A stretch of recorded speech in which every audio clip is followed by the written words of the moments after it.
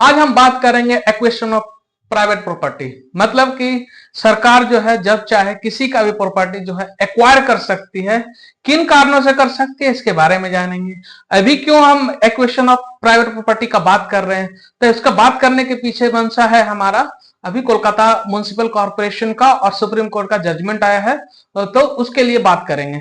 इसके अलावा जो है ये जो प्राइवेट प्रॉपर्टी जो है, प्राइवेट प्रॉपर्टी को फंडामेंटल राइट से निकाल के 301 के अंदर डाल दिया जा गया आर्टिकल, तो इसके बारे में बात करेंगे, बहुत अच्छे से विश्लेषण करेंगे और जानेंगे कि प्राइवेट प्रॉपर्टी या सरकारी प्रॉपर्टी और सरकार प्राइवेट प्रॉपर्टी कैसे ले सकती है, नहीं ले सकती है, इसके बारे में जानेंगे। तो चलिए बात करते हैं। तो क्या हुआ कि सुप्रीम कोर्ट का एक जजमेंट आया है। किस पे जजमेंट आया?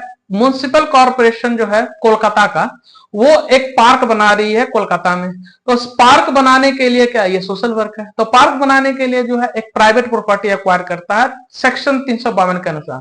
तो सेक्शन 352 के अनुसार जब प्राइवेट प्रॉपर्टी करता है एक्वायर, तो वो प्रॉपर्टी का जो ऑनर होता है, मालिक जो होता है, वो चला जाता है हाई कोर्ट में। हाई कोर्ट जो है डिक्लेयर देता है कि आप ऐसा नहीं कर सकते हैं, एक तरीका होता है उसके अनुसार ही चले। फिर उसके बाद जो है वो मैटर चला जाता है सुप्रीम कोर्ट में। तो सुप्रीम कोर्ट जो है म्युनिसिपल कॉर्पोरेशन ऑफ कोलकाता का जो है सादे फटकार लगाते हुए कहती है कि एक प्रॉपर प्रोसीड्यूर फॉलो करके जो है आप एक्वायर कर सकते हैं, ऐसे एक्वायर करना सही नहीं है। तो उसका 7 तरह का एक्वायर करने का उसका प्रोसीड्यूर है। तो एक प्रॉपर प्रोसीड्यूर के तहत ही प्राइवेट प्रॉपर्टी को आप ले सकती है गवर्नमेंट। तो इसी के बारे में जो है जानते हैं, देखते हैं कि प्राइवेट प्रॉपर्टी जो है फंडामेंटल राइट से निकाल के क्यों हटाया गया, तो इसके बारे में भी जानते हैं हम। तो देखिए फंडामेंटल राइट पहले क्या होता था, 7 को हम लोग जानते थे कि फंडामेंटल राइट कितना होता है, 7 होता है।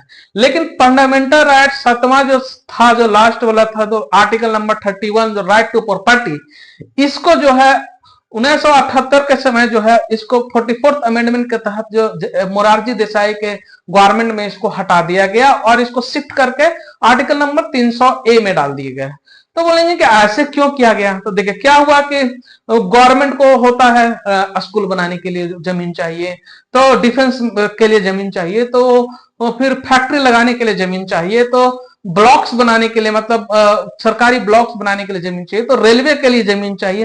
तो गवर्नमेंट को बहुत सारा जमीन इस तरह से एक्वायर कर जो है बनाने के लिए चाहिए, मतलब सोशल वर्क करने के लिए चाहिए गवर्नमेंट को।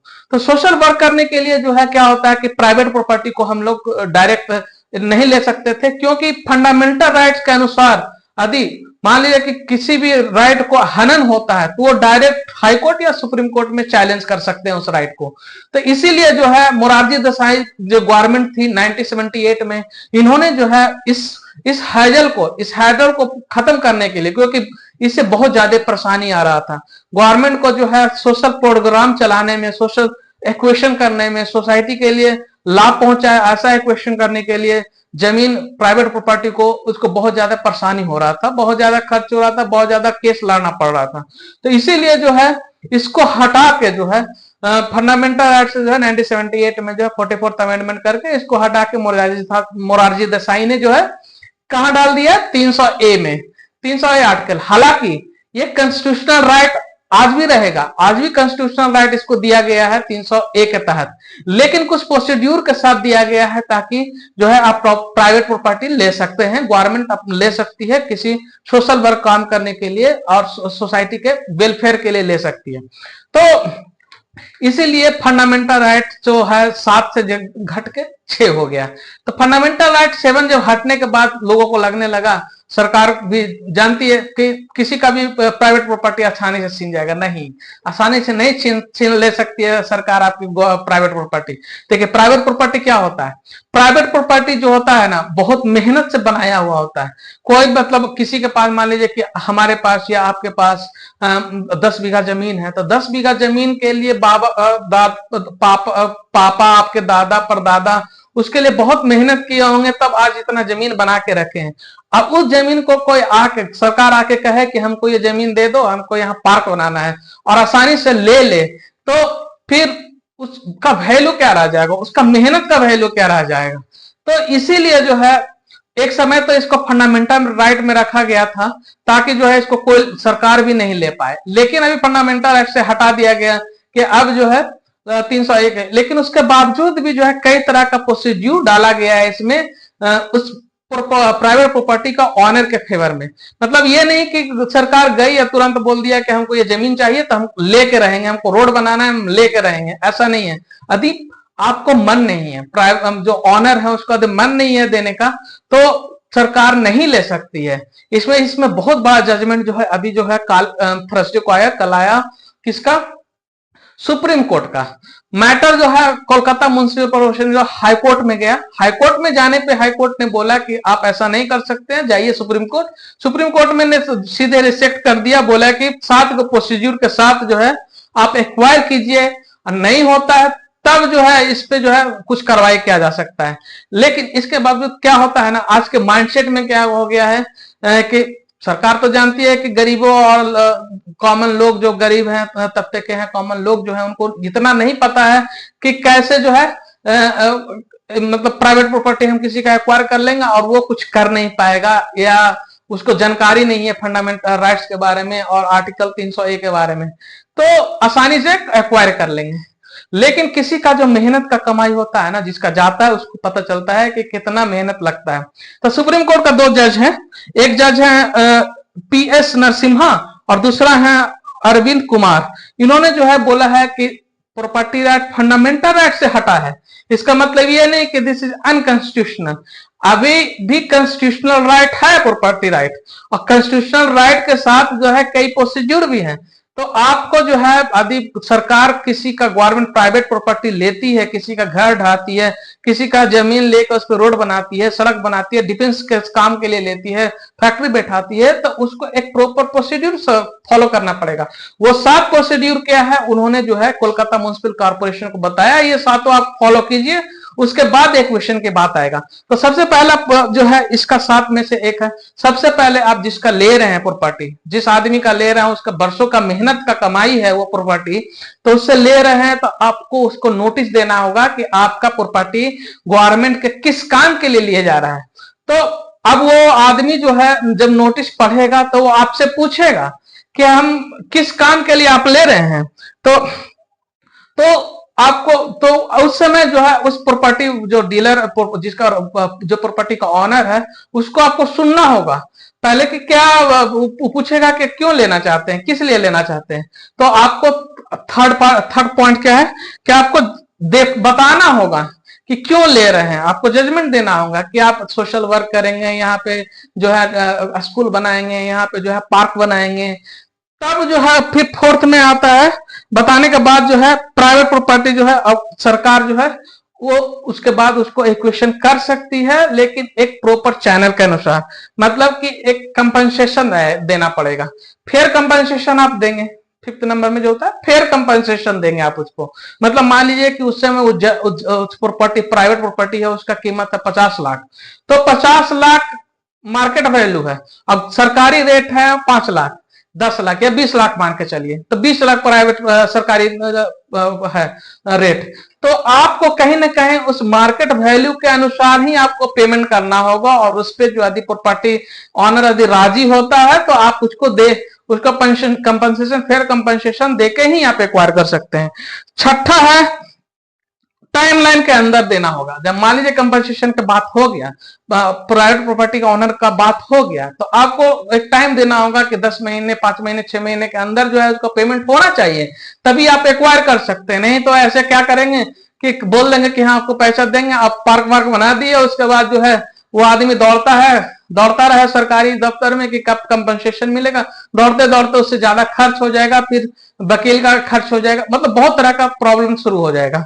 इसके बाद जो है कंक्लूजन निकला कि ठीक है, अब जो है इतना करने के बाद जो है आप जो है प्रॉपर्टी का ऑनर हुए, सरकार प्रॉपर्टी लेती है आपकी, और लेने के बाद इस प्रॉपर्टी को जो है अब सरकार किसी भी तरह यूज करते हैं, एक्सेप्ट ऐसा नहीं कि उसको लेने के बाद जो है दे दिए, प्राइवेट प्रॉपर्टी को दे दिया, मतलब कि अंबानी, अडानी, मित्तल, टाटा को दे दिए कि आप उस पर काम कीजिए। नहीं, आप ऐसा नहीं कर सकते हैं, क्योंकि वो प्राइवेट प्राइवेट कंपनी है। सरकारी के लिए लिए तो आपको सरकारी काम करने होंगे, जैसे कि स्कूल बनाना, डिफेंस का फैक्ट्री लगाना, तो ये सब चीज होता है। हवाई अड्डा बनाना, बस अड्डा बनाना, जो सोशल वर्क के लिए काम आए, जो सोसाइटी के लिए वो काम आए। जैसे कि किसी गांव में यदि प्रॉपर्टी ले रहे हैं तो आप वहां नहर बना दीजिए, वहां मंदिर बनाइए, वहां बैठने का जगह बनाइए, ब्लॉक्स बनाइए, मतलब उसी फेरिफेरियन में जो है जो भी डेवलपमेंट है उसके लिए आप ले सकते हैं प्रॉपर्टी। तभी जो है ये फेयर माना जाएगा। नहीं तो हाई कोर्ट, सुप्रीम कोर्ट उसको सुनने के लिए तैयार है, क्योंकि ये कॉन्स्टिट्यूशनल राइट है, 300A के तहत ये आता है। तो ये जो है, जो जिस तरह का सुप्रीम कोर्ट का जो जजमेंट आया, जो है आंख खोलने वाली जजमेंट है, और ये एक अच्छा जजमेंट है उनके लिए जो प्राइवेट प्रॉपर्टी ऑन करते हैं, जिनके पास, जो मान लीजिए किसी के पास 2 बीघा जमीन है, या मान लीजिए कि शहर में घर है, और वो घर जो है किसी मेट्रो के अंदर आ गया, या बस अड्डे के अंदर आ गया, रोड के अंदर आ गया, तो उसका जो है बचाव के लिए, प्राइवेट प्रॉपर्टी के लिए बचाव के लिए जो है ये तरह तरह के कानून लाए गए। कि मान लीजिए कि वो पूरा जीवन भर कमाया और एक घर बनाया, और वो घर को जो है आगे सरकार बोले कि हम यहाँ पे बस अड्डा बनाएंगे, या मान लीजिए वहां पे हम हॉस्पिटल बनाएंगे, तो सरकार के लिए हॉस्पिटल बनाए, तो वो मेहनत उनका बेकार चला जाएगा। कई जनरेशन उसमें जो है पला बढ़ा होता है, तो उसके साथ एक सेंटिमेंट जुड़ा होता है, प्राइवेट प्रॉपर्टी के साथ एक इमोशन होता है कि हमारे घर जो है बहुत मेहनत, मतलब दादा परदादा बहुत मेहनत से बनाया है, कड़ी मेहनत से बनाया है, यही एक इकलौता घर है। उस केस में सरकार यदि तो वो एक तरह से क्या होगा ना, कि उस ऑनर को जो है वह जोड़ों को धक्का लगेगा। इसके लिए, इसके बचाव के लिए जो है सुप्रीम कोर्ट ने जिस तरह का जजमेंट दिया है, नरसिम्हा जी ने और अरविंद कुमार जी ने जिस तरह का जजमेंट दिया है, ये एक माइलस्टोन जजमेंट है उन ऑनर्स के लिए जो प्राइवेट प्रॉपर्टी ऑन करते हैं, जो देना नहीं चाहते हैं सरकार को।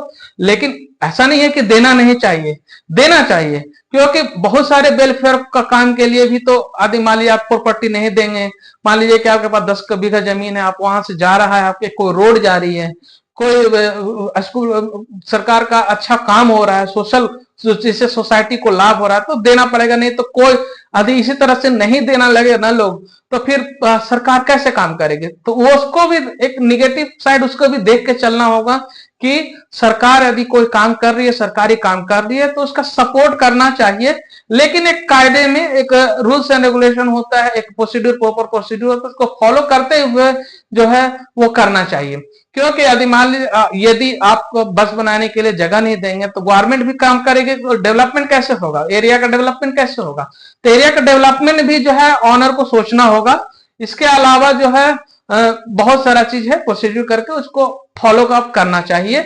ये सुप्रीम कोर्ट का जिसका जजमेंट आया है, ये एक माइलस्टोन जजमेंट है, और आगे जो है इसका लोगों को बहुत फायदा होगा, खासकर जो है प्राइवेट प्रॉपर्टी वाले को जो बहुत ज्यादा फायदा होगा। और इसके अलावा जो है गवर्नमेंट भी जो है अपने तरीका से जो है एक प्रोसीड्यूर फॉलो करके प्राइवेट प्रॉपर्टी को ले सकती है एक अच्छे कामों के लिए।